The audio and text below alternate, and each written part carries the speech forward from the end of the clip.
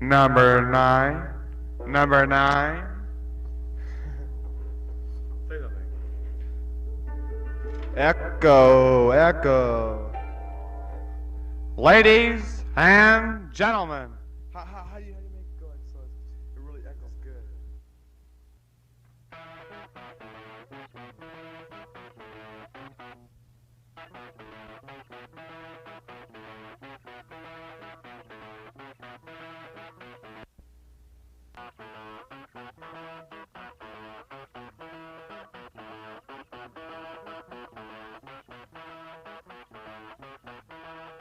Peach.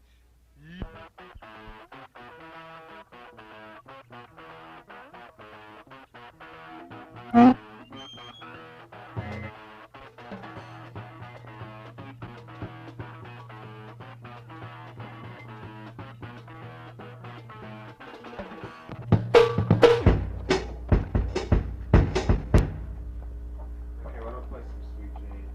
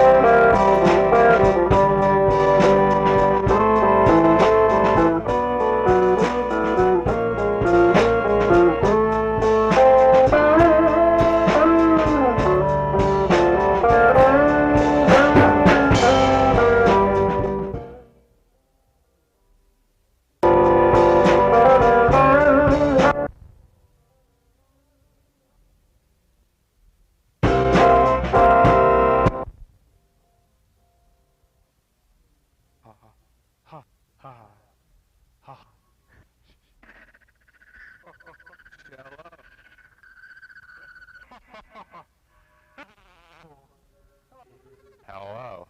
Hello. Hello? Testing. Hello? Shallow.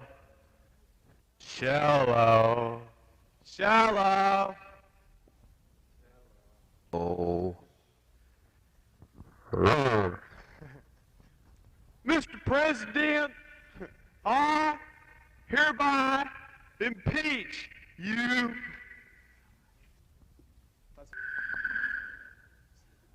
Huh? All right, ladies and gentlemen.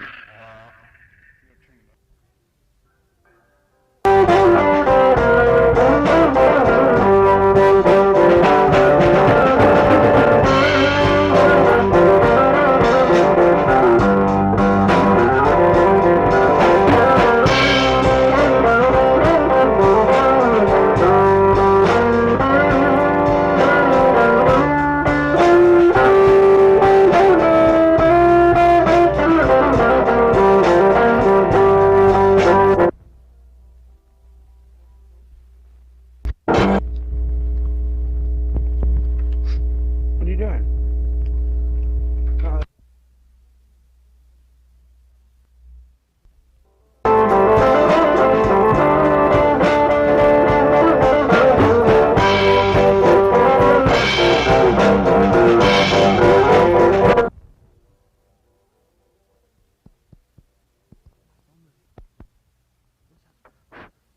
All right. Shh.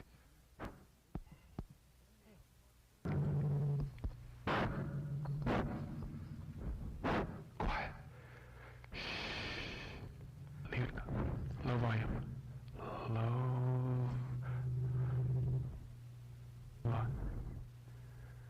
Volume. Breathe low volume. Shh. Please. Okay.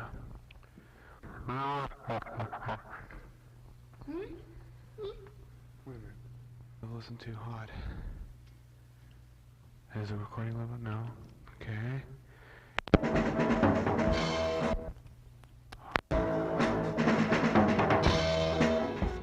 All right.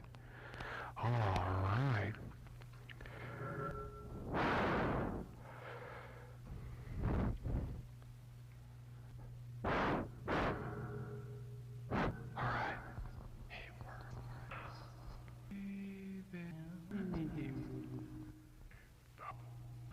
What is it? What's happening? Breaking in. Surprise. Quiet.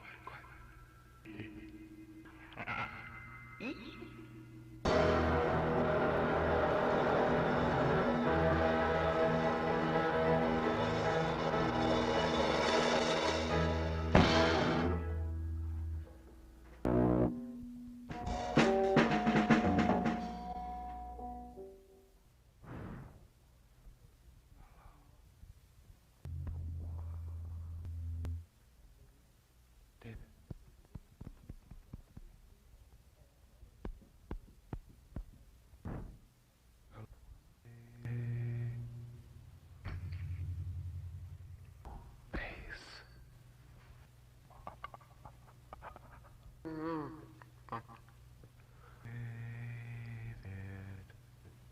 Dave, wake up. Dave. Dave. Dave, up. Come on, wake up. Yeah.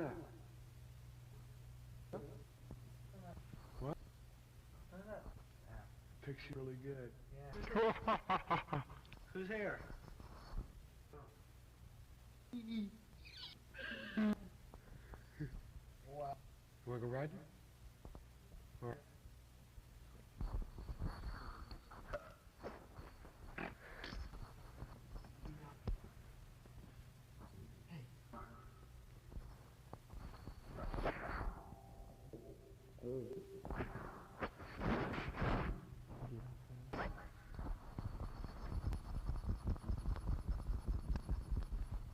right.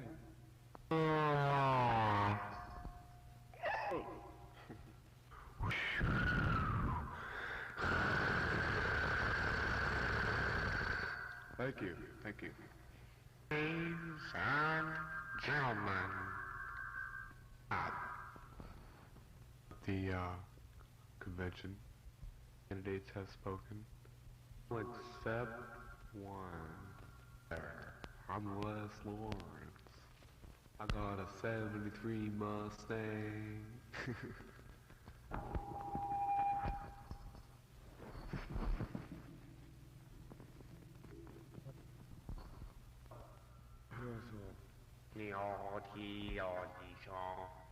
Sorry.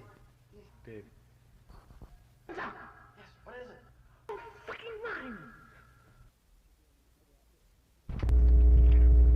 it? Should be on input or out or tape.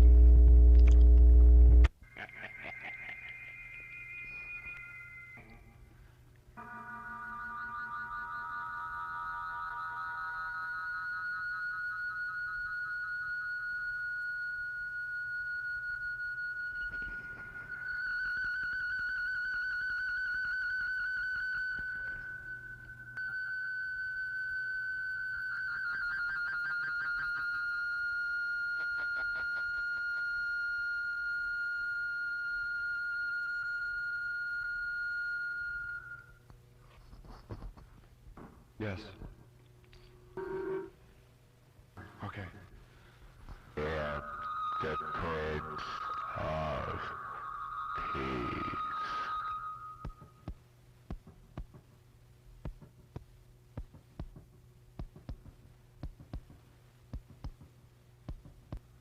Hart lived in New York City.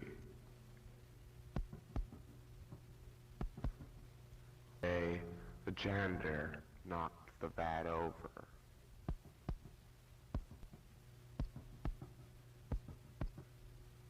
Hart grew 6'5"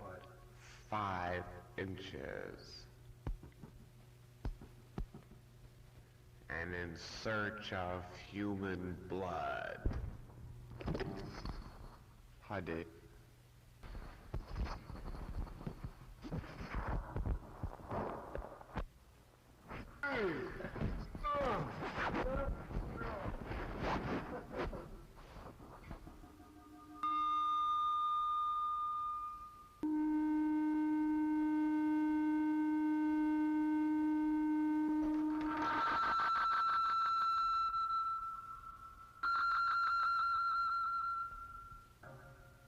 Welcome, planet.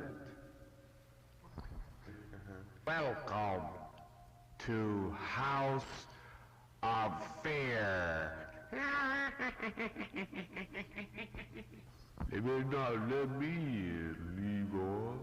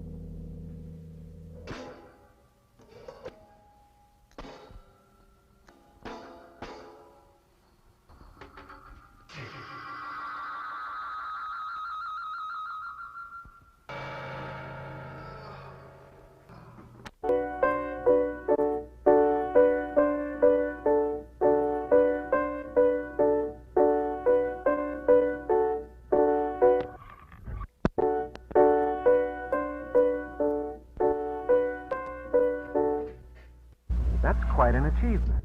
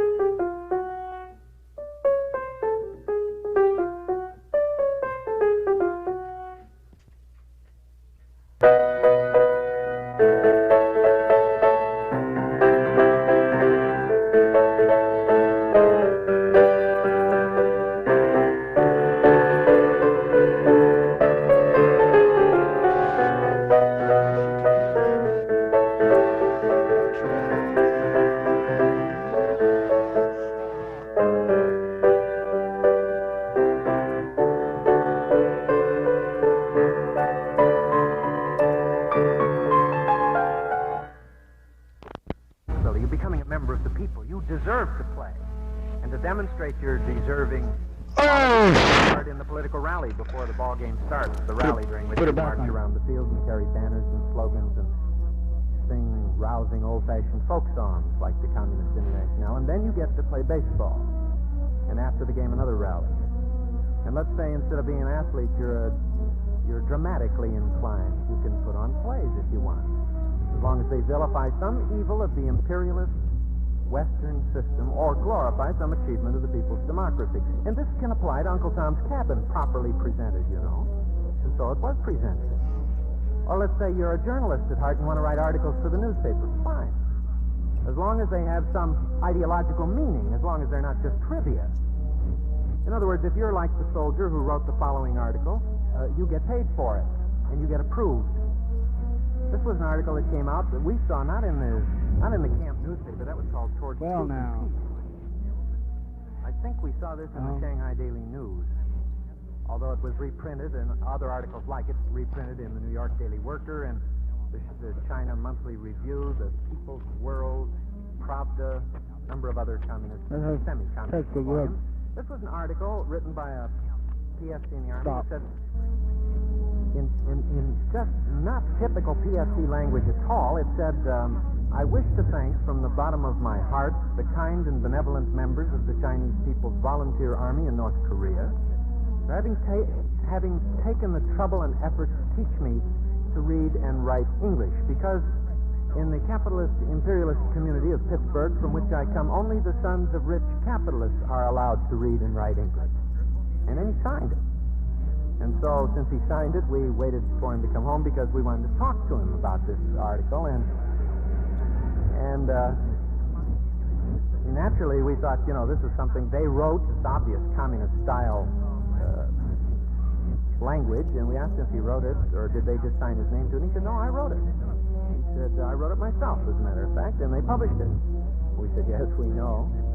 And we said, why did you do this? He said, well, everybody else was doing it. Everybody knows it's a lie, particularly people from Pittsburgh, so what harm could it possibly do?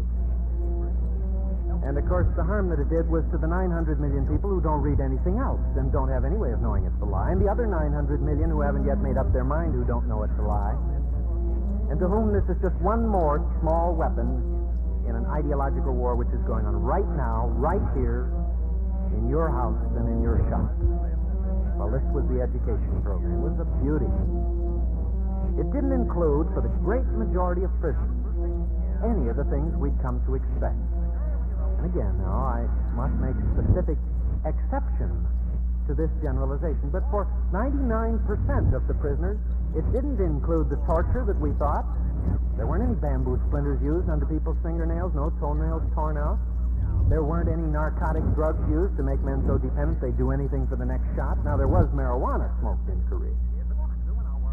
This marijuana was cultivated in Korea, as a matter of fact, in very neat little patches, weeded so it would grow to its proper height, fertilized.